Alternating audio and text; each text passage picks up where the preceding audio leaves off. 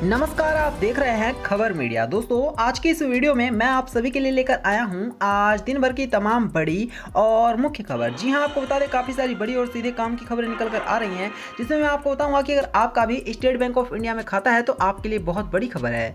इसके साथ ही मैं आपको बताऊंगा कि कैसे प्रधानमंत्री मोदी ने ओम बिरला से मुलाकात की है और बहुत बड़ी घोषणा की है। साथ ही भारतीय रेलवे को लेकर आ रही है सबसे बड़ी खबर, और इसके अतिरिक्त सुशांत सिंह राजपूत केस में इतनी बड़ी खबर मैं आपके लिए लेकर के आया हूँ कि आपके लिए बहुत जरूरी है। तो ऐसी ही तमाम बड़ी खबरें जिसके बारे में आपको बताऊंगा, इसलिए वीडियो को अंत तक देखिएगा। साथ ही हमारी आपसे बस एक छोटी सी रिक्वेस्ट है, वीडियो को लाइक करके शेयर करना और चैनल को सब्सक्राइब करना। तो चलिए बात करते हैं सीधे पहली बड़ी खबर से। गृह मंत्रालय का राज्यों को सख्त निर्देश, कहा सावधानी से हटाएं लॉकडाउन की पाबंदियां, अनलॉक को लेकर दी है हिदायत। जी हां, केंद्रीय गृह मंत्रालय ने राज्यों और केंद्र शासित प्रदेशों को एक पत्र लिखकर कोरोना महामारी से जुड़े कुछ सख्त दिशा निर्देश जारी किए हैं।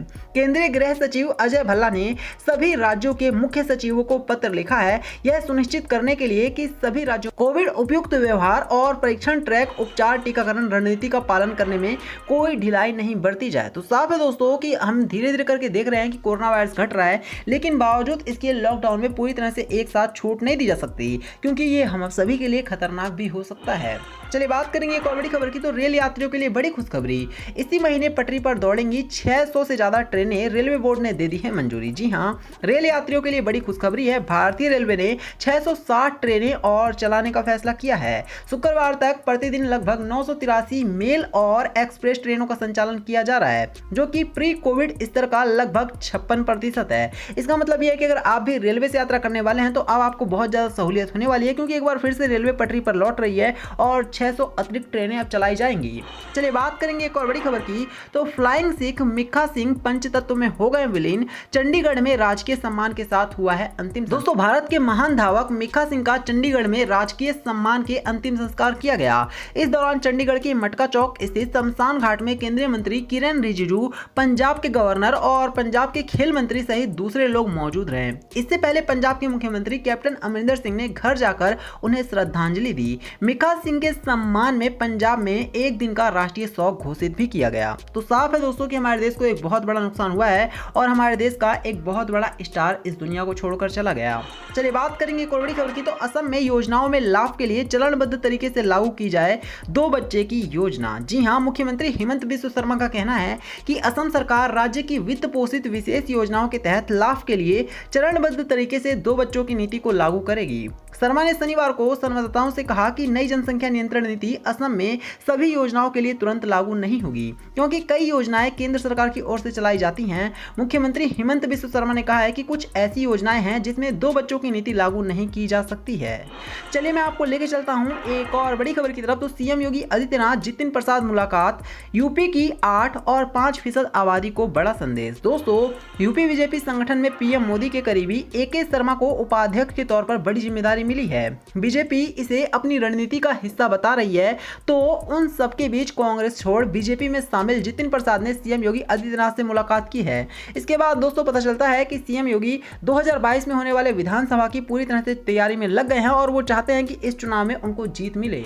चलिए बात करेंगे एक और बड़ी खबर। पीएम मोदी ने की ओम बिरला की तारीफ, कहा लोकसभा अध्यक्ष ने लोकतंत्र को समृद्ध किया। जी हां, लोकसभा अध्यक्ष के रूप में 2 साल का कार्यकाल पूरा करने पर प्रधानमंत्री नरेंद्र मोदी ने शनिवार को ओम बिरला को बधाई दी और कहा कि उन्होंने पिछले 2 सालों में ऐसे कई कदम उठाए जिससे संसदीय लोकतंत्र मजबूत हुआ और सदन के कामकाज में भी इजाफा हुआ। मोदी ने सिलसिलेवार ट्वीट करके कहा कि बिरला ने न सिर्फ पहली बार नवनिर्वाचित युवा व महिला सांसदों को मौका दिया, बल्कि सांसद की विभिन्न समितियों को भी मजबूत किया। तो साफ है कि प्रधानमंत्री मोदी को ओम बिरला का काम बहुत अच्छा लगा। चलिए बात करेंगे एक और बड़ी खबर की। तो देखिए, कोरोना की तीसरी लहर 6 से 8 हफ्तों में आ सकती है, एम्स के निदेशक ने चेताया है। दोस्तों, कोरोना की तीसरी लहर कब आ सकती है, इसको लेकर एम्स के निदेशक रणदीप गुलेरिया ने अहम बात कही है।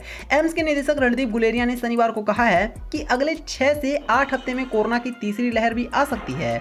उन्होंने साफ चेताया है कि अगर लोगों ने मास्क और सोशल डिस्टेंसिंग जैसे जरूरी गाइडलाइन को फॉलो नहीं किया तब काफी मुश्किल हालात पैदा हो सकते हैं। एम्स के निदेशक ने कहा है कि कोरोना के केस बढ़ने पर सर्विलांस और जिस क्षेत्र में केस बढ़ते हैं उसकी पहचान कर वहां लॉकडाउन लगाने की भी जरूरत पड़ सकती है।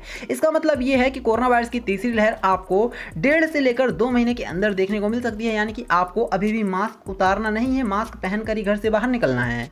चलिए बात करेंगे एक और बड़ी खबर की। तो सुशांत सिंह राजपूत केस में आ रही है सबसे बड़ी खबर। जी हां, आपको बताया दोस्तों कि एनसीबी ने अभी हाल फिलहाल में कुछ ऐसे लोगों को गिरफ्तार किया है जिसका सीधे सीधे सुशांत सिंह राजपूत से केस से रिलेशन हो सकता है, और कहा जा रहा है कि ये लोग काफी खुखार तो है ही, इसके साथ साथ सुशांत सिंह राजपूत केस में इनको काफी अहम जानकारी भी पता है। इसका मतलब यह है कि अगर एनसीबी सुशांत सिंह राजपूत केस में इनको गिरफ्तार करके इनसे अच्छी से छानबीन करती है तो निश्चित तौर पर सुशांत सिंह राजपूत केस में काफी हद तक मदद मिलेगी इस केस को सॉल्व करने में।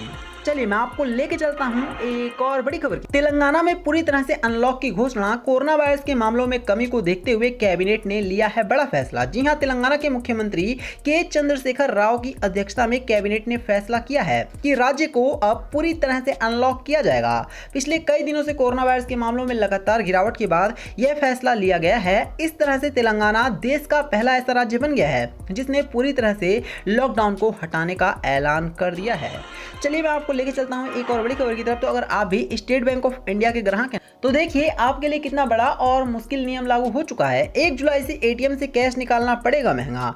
एसबीआई ने कई नियमों में कर दिया है बदलाव। जी हां, एसबीआई अब दोस्तों अपने ग्राहकों को एक बार फिर से बड़ा झटका देने जा रही है। यदि आप भी स्टेट बैंक ऑफ इंडिया के कस्टमर हैं तो आपके लिए बहुत काम की खबर है। 1 जुलाई से देश के इस बड़े बैंक ने कई नियमों में बदलाव कर दिया है। ऐसे में अब दोस्तों आप सभी अगर एटीएम का उपयोग करते हैं तो पैसे निकालना अब आपको महंगा पड़ेगा। साथ ही साथ आपको बता दें कि अब आप स्टेट बैंक के सर्विस चार्ज में बड़ा बदलाव देखने को मिलने वाला है। तो इस तरह से दोस्तों आप सभी को तैयार रहना है क्योंकि आपको अब ज्यादा पैसे भुगतान करना पड़े। चलिए अब मैं आपको लेके चलता हूं एक और बड़ी खबर की तरफ।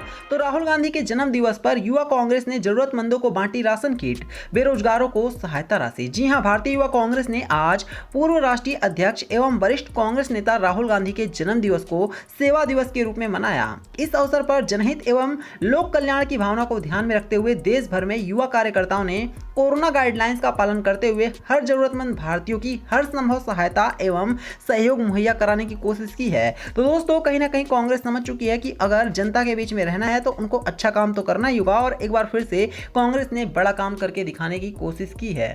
चलिए बात करेंगे एक और बड़ी खबर की। तो देखिए ममता बनर्जी को कैसे हाई कोर्ट से लगा है बड़ा झटका। दोस्तों आप सभी को पता होगा कि जब से ममता बनर्जी जीतकर एक बार फिर से सीएम बनी है तब से लगातार वहां पर देखने को मिल रहा है कि हिंसा और हत्याओं का मामला जारी है, और इस बीच दोस्तों हाई कोर्ट ने ममता बनर्जी को ना सिर्फ बड़ी फटकार लगाई है, इसके साथ साथ उनका कहना है कि ममता बनर्जी को तुरंत ही इन पर एक्शन लेने की जरूरत है, अन्यथा पश्चिम बंगाल एक बार फिर से पूरी तरह से हिंसा में झुकता हुआ नजर आ रहा है, और कहीं ऐसा ना हो कि पश्चिम बंगाल में हिंसा एक बड़ा रूप ले ले।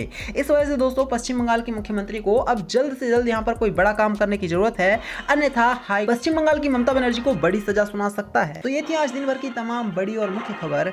वीडियो को लाइक करना, इसे शेयर करना और चैनल को सब्सक्राइब करना। धन्यवाद।